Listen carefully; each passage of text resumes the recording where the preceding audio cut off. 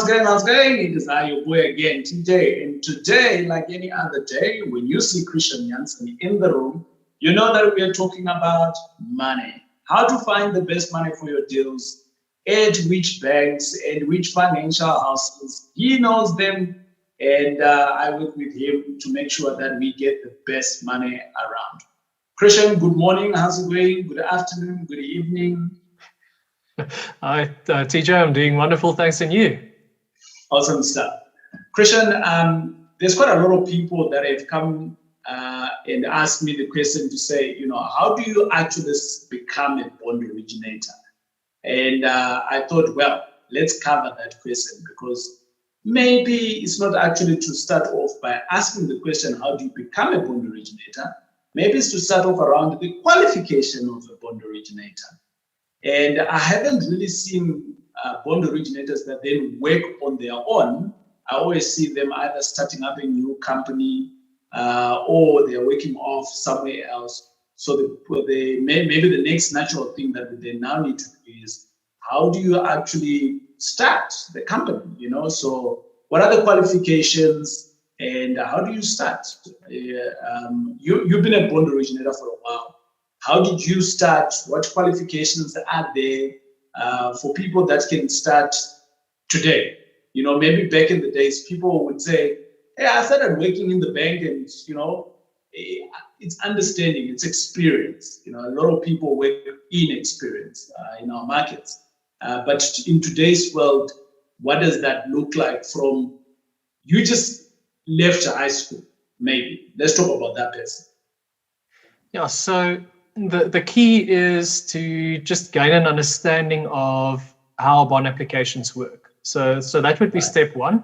And that's also why you find a lot of the people coming out of the banks and then moving into origination. I mean, case in point with me as well. I'm part of the stereotypical example of that natural progression.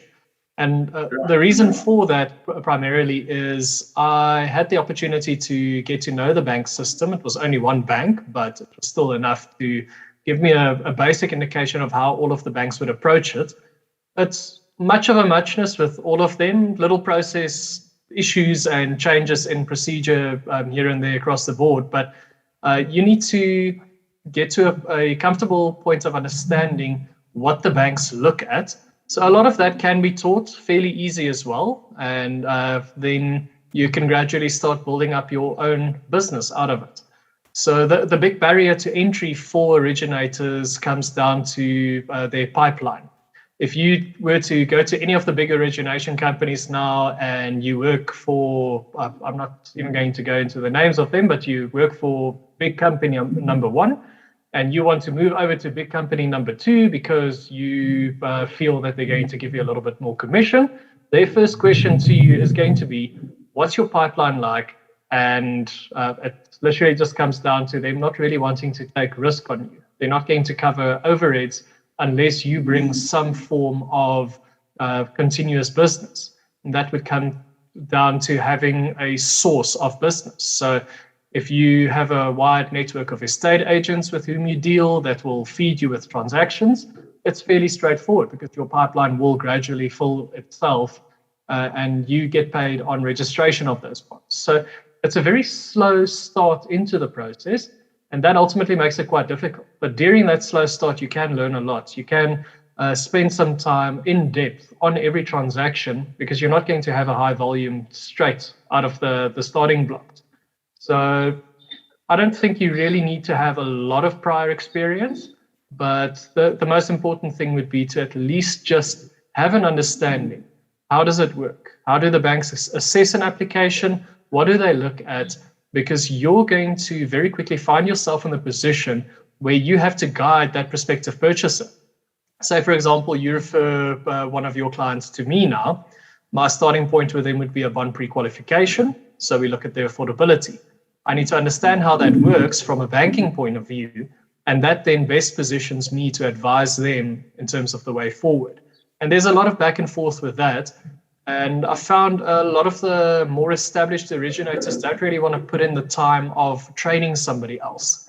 And it's a little bit of a cutthroat market if you go the conventional way. But there is definite prospect to get into it, and it's wonderfully rewarding. I mean, I've got the opportunity to literally help people achieve their dreams on a daily basis. That next purchase, it's wonderful. Yeah, but Christian, I almost want to talk to the point of this qualification thing, because and I'm going to talk to what I see in you, right, as a person. The basic understanding of financial literacy should be high. Oh yes, right. That's number one. So some foundation of how the financial world works, it will make sense off the cuff. And because the reason I say that is because you're dealing with people, assets and liabilities here. Yeah. So, and if you don't know the asset and liabilities, which tables, what goes where, then automatically your clients, you're not setting up for success, right? And this is what you do for us. You set us up for success. You look at our balance sheets, you look at our personal balance sheet, and then you say, well, I can motivate A, B, C, D to the banks, and they are able to give you some money. So the first one for me would be some basic fundamentals of financial literacy, right? Yeah. And then the second one would be obviously being able to be a good negotiator, because you're going to negotiate on my behalf at the bank. And the third one for me would be how to write to motivate, right? Because me and you, we could still write the same paragraph, but the way it should be written so that the bank can say yes. But if one person just looks at both paragraphs, they may mean the same, but how you've written can be a game changer. Yeah, that's the understanding of the bank process, what they look at, what they find important. But that's something that you learn in time. You don't have to understand the banking process from the get-go. And that's also just where it's very important to slot in with an origination company that will provide that mentorship to help build you up. Because in the end, they will also still benefit from it. And if you look at it from a bigger scale picture, originators being paid commission on bond registration, as you come in and you start doing transactions, you won't get the lion's share because you're the rookie. But as you learn and as they guide you, they've got the advantage of additional business coming in without them hunting for it. And similarly, so they will also then share in the commissions. So in terms of starting the business of bond origination, do you suggest that if one wants to start off, they're rookie, they have all the other three ticks that we've just spoken about now, what would be your suggestion? Do they start on their own? Do they start in an established bond origination house? I know that you have options where someone can literally come in and start with you guys on your desk. And what would be your recommended startup point to someone who's wanting to start here? So definitely start in an established origination company. Reason for that is you're not going to know everything. You're gradually going to get to know the market better and better, but that comes with time. So you would have to spend a little bit of time in just getting to know and understand the processes and have somebody that's willing to mentor you. It's imperative. So the natural progression from that would then be, and we do find the odd consultants moving around between the different firms, but it's much of a muchness. So it comes down to company culture, how the people approach you, how they work. And you need to also focus on who and how you how you operate. Because ultimately, one of the big things that comes in is the fact that you have to be a self-starter. Batteries aren't included, and you have to be very patient.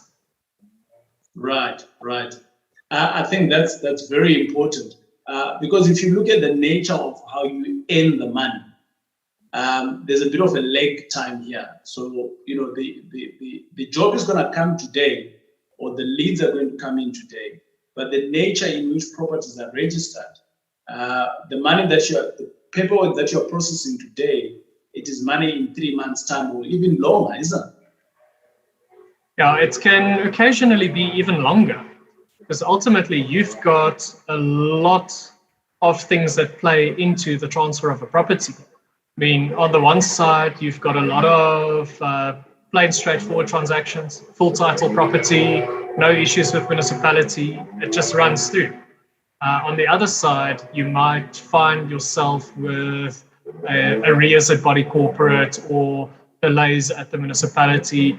When personally, I budget on a transaction coming to conclusion and me seeing the income from it 5 months after approval.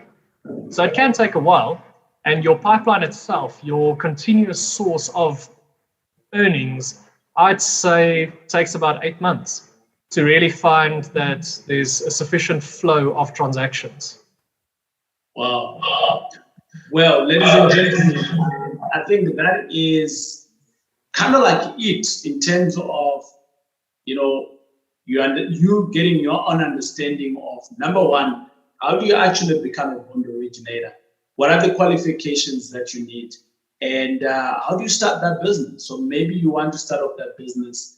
Here at M5 Property Addicts, we are big promoters of people that are wanting to start off something in the property space. And if you're wanting to be a bond originator, that guy there, Christian, he can help you out. I can only help you, right? And to find these details in the description, in the videos, you will be able to see all of his details. Reach out to him, and who knows, you could be making some money with him as well. We will see you on the next video.